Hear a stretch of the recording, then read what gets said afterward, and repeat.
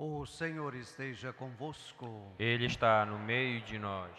Proclamação do Evangelho de Jesus Cristo segundo Lucas. Glória a vós, Senhor.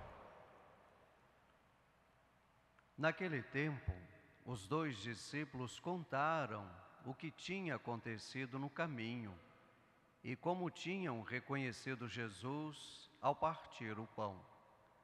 Ainda estavam falando quando o próprio Jesus apareceu no meio deles e lhes disse: "A paz esteja convosco." Eles ficaram assustados e cheios de medo, pensando que estavam vendo um fantasma. Mas Jesus disse: "Por que estáis preocupados e por que tendes dúvidas no coração? Vede minhas mãos e meus pés, sou eu mesmo. Tocai em mim e vede. Um fantasma não tem carne nem ossos, como estáis vendo que eu tenho." E dizendo isso, Jesus mostrou-lhes as mãos e os pés, mas eles ainda não podiam acreditar, porque estavam muito alegres e surpresos. Então Jesus disse: "Tendes aqui alguma coisa para comer?" Deram-lhe um pedaço de peixe assado. Ele tomou e comeu diante deles. Depois disse-lhes: "São estas as coisas que vos falei quando ainda estava convosco. Era preciso que se cumprisse tudo o que está escrito sobre mim, na lei de Moisés, nos profetas e nos salmos."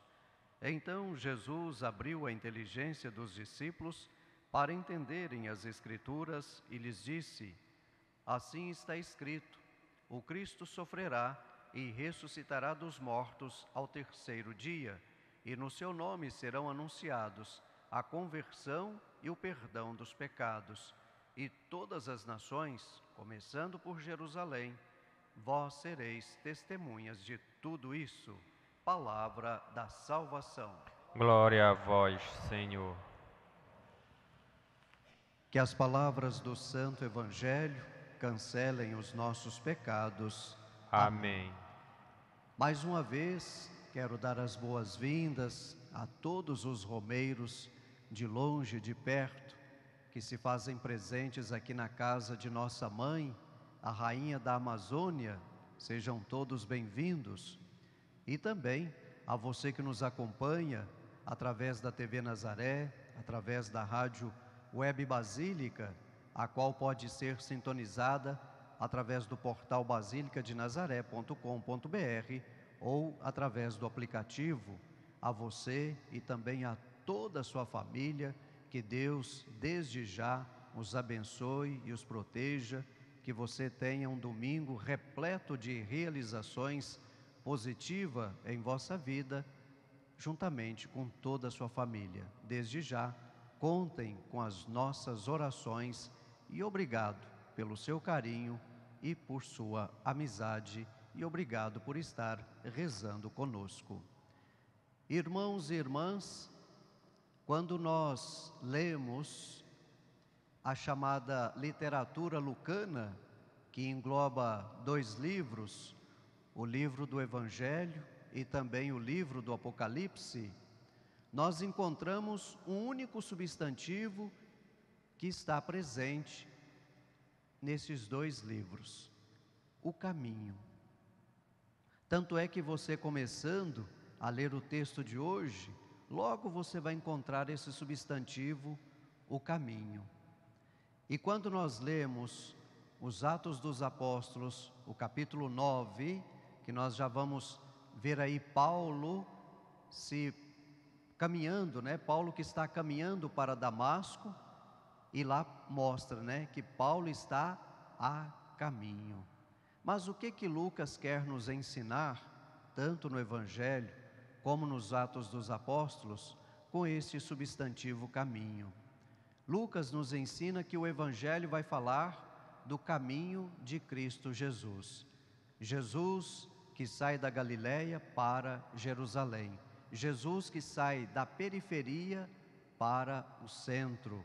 E nós vamos encontrar essa caminhada de Jesus a partir do capítulo 9 ao capítulo 19. E depois, os Atos dos Apóstolos prossegue esse caminho de Jesus, porém agora os Atos dos Apóstolos vai falar sobre o caminho da igreja, ou seja, a igreja que dá continuidade ao projeto de Deus. Desta vez a igreja que vai sair de Jerusalém para Roma, ou seja, do centro para o mundo. Por isso que os Atos dos Apóstolos vai se deter nas 3 viagens missionárias de Paulo. E quando nós vemos no capítulo 9 dos Atos dos Apóstolos, que Paulo está a caminho de Damasco, lá você vai notar que este caminho aparece com a letra C maiúscula. E para entender o porquê desta letra C maiúscula, nós precisamos ler o Evangelho de São João, capítulo 14, versículo 9, onde Jesus vai dizer: eu sou o caminho, a verdade e a vida. Ninguém vai ao Pai a não ser por mim. Então Lucas é aquele que nos mostra que o verdadeiro discípulo de Cristo Jesus não pode ser alguém que se encontra estático, parado, mas é alguém que está em movimento, a caminho. O texto do Evangelho de hoje tem o mesmo significado do que o Evangelho de domingo passado, só que domingo passado nós meditamos São João, e o tema do texto de domingo passado foi o tema da Eucaristia, e o tema de hoje também fala sobre a Eucaristia. O texto de hoje é um resumo da missa. O texto de hoje fala das 2 comunhões que o cristão toma na missa: a comunhão da palavra e a comunhão da Eucaristia. E se você comparar os 2 textos, tanto de domingo passado de São João, como de hoje de São Lucas, você vai ver que Jesus, ele entra e se coloca no meio, se coloca no centro. Jesus também se coloca no centro através da sua palavra e através da Eucaristia. Só que os discípulos, eles ainda estavam incrédulos, ou seja, eles não podiam acreditar que Cristo Jesus tivesse ressuscitado dos mortos. E foi preciso Jesus abrir a inteligência deles, falando sobre as Sagradas Escrituras.